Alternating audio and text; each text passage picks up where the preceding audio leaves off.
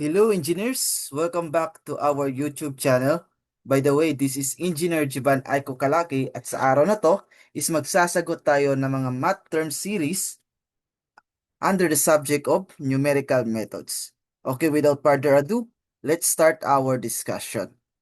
So for question number 1, the general Newton-Cotes quadrature formula reduces the trapezoidal rule by putting A. N is equal to 0. B. N is equal to 1. C. N is equal to 2. D. N is equal to 3. So ulitin natin. The general Newton-Cotes quadrature formula reduces the trapezoidal rule by putting N is equal to 0, N is equal to 1, N is equal to 2, and N is equal to 3. So may ginawa ko ditong summary engineers para mas madali nyo na lang tandaan kung anong intervals ang equivalent ng isang numerical integration method. So ito yung ating summarize table. So this is the Newton-Cotes quadrature formula. So yung first column natin dito is the value of n, and then for the second column is what type or the numerical integration method. So for n is equal to 1, that is trapezoidal rule.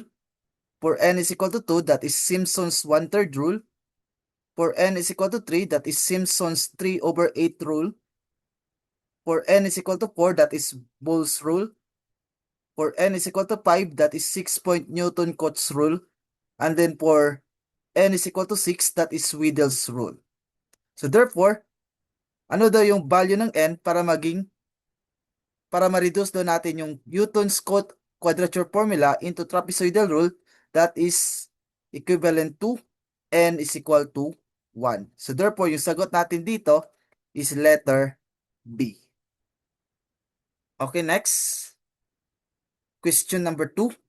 If we put n is equal to 3 in Newton-Cotes formula, we get A. Trapezoidal rule, B. Simpson's 1/3 rule, C. Simpson's 3/8 rule, D. Romberg method. So ulitin natin. If we put n is equal to 3 in Newton-Cotes formula, we get A. Trapezoidal rule, B. Simpson's 1/3 rule, C. Simpson's 3/8 rule, D. Romberg method. So recall natin yung ating summarized table. So we have for n is equal to 3, that is equivalent to Simpson's 3/8 rules. So therefore, yung sagot natin dito is letter C. Okay, let's proceed with question number 3. The error is trapezoidal rule is of order blank. The error is trapezoidal rule is of order blank. A. H. B. H squared. C. H cubed. D. H raised to the power of 4. So, extend natin yung ating summarized table. So, for trapezoidal rule, ang magiging error niya is H squared. So, kapag Simpson's 1/3 rule naman, yung magiging error niya is H raised to the power of 4. Kapag Simpson's 3/8 rule naman, yung magiging error niya is H raised to the power of 5. At kapag Boole's rule naman, yung magiging error niya is H raised to the power of 7. Since trapezoidal rule yung pinag-uusapan, so therefore, yung error ng trapezoidal rule is H squared. So therefore, yung sagot natin sa tanong na to is letter B. Okay, next. Question number 4. The error is Simpson's 1/3 rule is of order blank. Ulitin natin. The error is Simpson's 1/3 rule is of order blank. A. H. B. H squared. C. H cubed. D. H raised to the power of 4. So recall natin yung ating summarized table. So for Simpson's 1/3 rule, ano yung kanyang error? That is Simpson's 1/3 rule. Yung error niya is H raised to the power of 4. So therefore, yung sagot natin dito is letter D. H raised to the power of 4. Okay, next.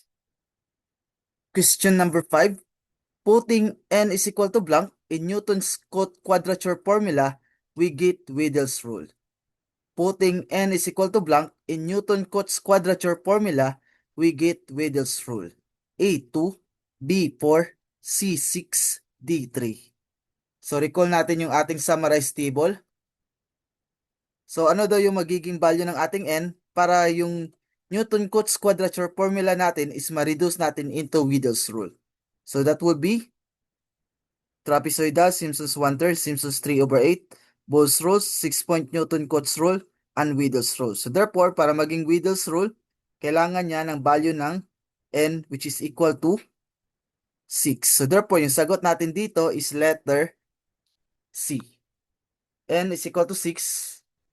Newton-Cotes quadrature formula can be reduced into Wedel's rule. So for question number 6, physically integrating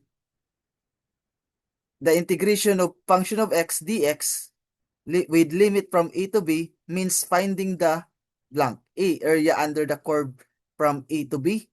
B, area to the left of point. C, area to the right of point B. D, area above the curve from A to B. So meron daw tayong function dito.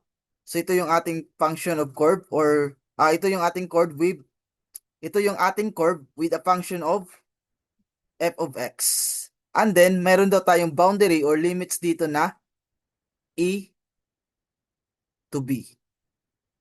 So by integrating this function, masosolve natin dito is yung area below the curve from A to B. So therefore, yung sagot natin dito is letter A.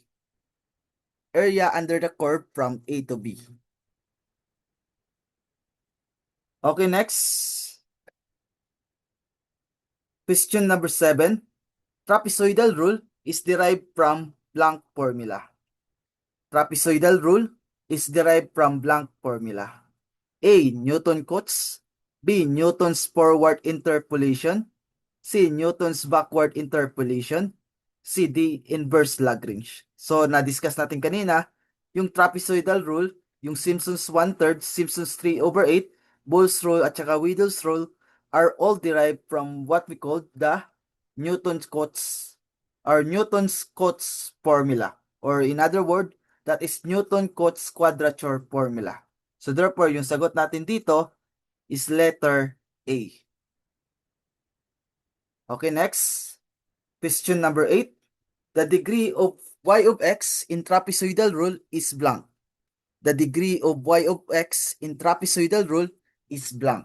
A1, B2, C3, D6. So yung ibig sabihin dito na degree, it is what we called or yung sinasabi or yung pinag-uusapan nating degree dito ng trapezoidal rule, that is what we call the intervals or the value of n. So therefore, the degree in trapezoidal rule is equivalent to n is equal to 1. So therefore, yung sagot natin dito is letter A. Okay, next. Question number 9. The degree of y of x in Simpson's 1/3 rule is blank. Ulitin natin. The degree of y of x in Simpson's 1/3 rule is blank. A1, B2, C3, D6. So recall natin. So ano yung degree ng Simpson's 1/3 rule? That is equivalent to n is equal to 2. So therefore, yung sagot natin dito is letter B. Okay? Next, question number 10.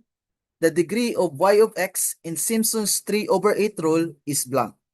The degree of y of x in Simpson's 3/8 rule is blank. A1, B2, C3, D4. So recall lang natin. So for Simpson's 3/8 rule, yung kanyang degree is n is equal to 3. So therefore, yung sagot natin dito is letter C. Okay, next. Question number 11. In Simpson's 1/3 rule, the number of intervals is blank. In Simpson's 1/3 rule, the number of intervals is blank. A, add. B, even. C, multiple of 3. D, multiple of 6.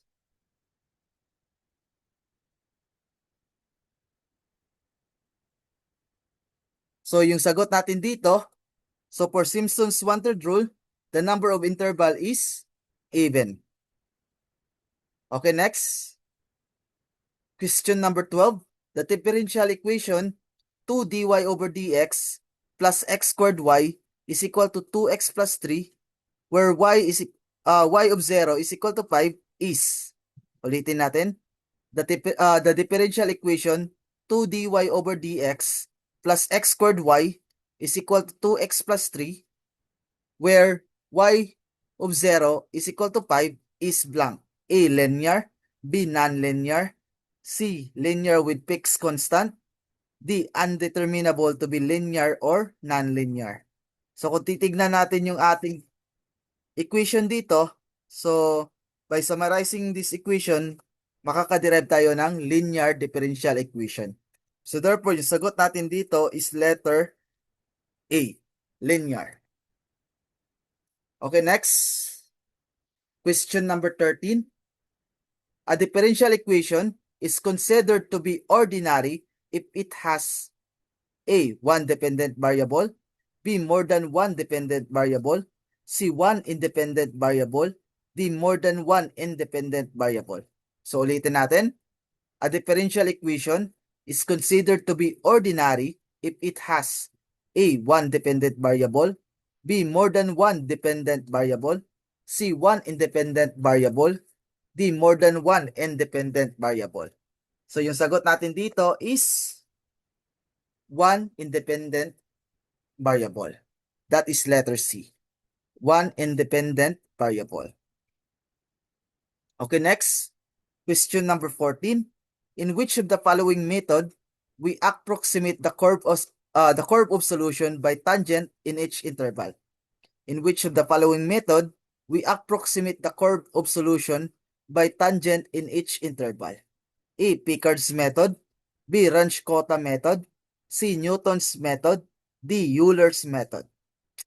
So in which of the following method we approximate the curve of solution by tangent in each interval? That is what we call the Euler's method.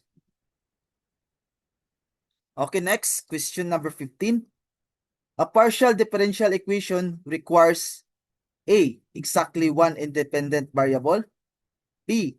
Two or more independent variables, C. More than one dependent variables, letter D. Equal number of dependent and independent variables. So ulitin natin. A partial differential equation requires A. Exactly one independent variable, B. Two or more independent variables, C. More than one dependent variables, D. Equal number of dependent and independent variables. So yung sagot natin dito, partial differential equation requires two or more independent variables. So that is letter B. Okay, next. Question number 16. Numerical solution of linear algebraic equation can be obtained by.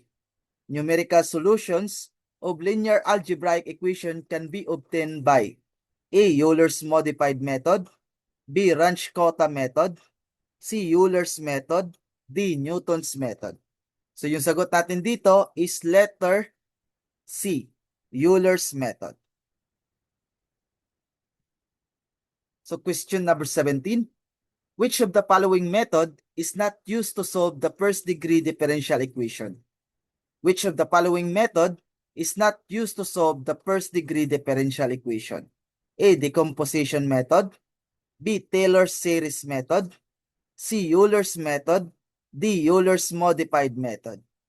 So out of the four choices, Taylor's series method, Euler's method, and Euler's modified method are all used to solve first degree differential equation. So except letter A, decomposition method. So decomposition method is another term for LU decomposition method, which is a method in solving a system of linear equation. So that is decomposition method. So ito po yung sagot natin dito. Okay, next, question number 18. Which of the following is not used for numerical integration? Which of the following is not used for numerical integration? A. Trapezoidal rule. B. Simpson's 1/3 rule. C. Simpson's 3/8 rule. D. Newton's Raphson method. So out of the four choices, trapezoidal, Simpson's 1/3 rule, Simpson's 3/8 rule are all numerical integration method. So except Newton's Raphson method. So Newton's Raphson method is not used for numerical integrations. So therefore, yung sagot natin dito is letter D. So dito na magtatapos yung ating discussion. I hope may natutunan kayo sa araw na to. And then huwag niyo kalimutan mag-share, like, and subscribe sa ating YouTube channel para mas marami pa po tayong matulungan at ma-reach ng mga aspiring board exam takers. So sa mga hindi pa po nakapollow or nakasubscribe sa ating YouTube channel, so introduce ko po muna itong ating YouTube channel. So yung pangalan ng ating YouTube channel is Engineer Kalaki Review Excellence. So meron tayong mga various playlist dito. So we have math terms, past board exam, Matinic series, ISAS terms, RME lectures, calculator techniques for numerical methods, and calculator techniques in electrical engineering major subject. So, marami-rami na rin po yung mga videos na na-upload natin at madami-dami na rin po yung mga natulungan natin sa kanilang preparation sa board exam, and maganda rin naman yung mga feedback nila. So, I hope na by subscribing this channel is makatulong din ito sa inyo para maipasa nyo po yung inyong inaasam na board exam. So, dito na magtatapos yung ating discussion. Maraming salamat sa panonood and see you next time. God bless us all.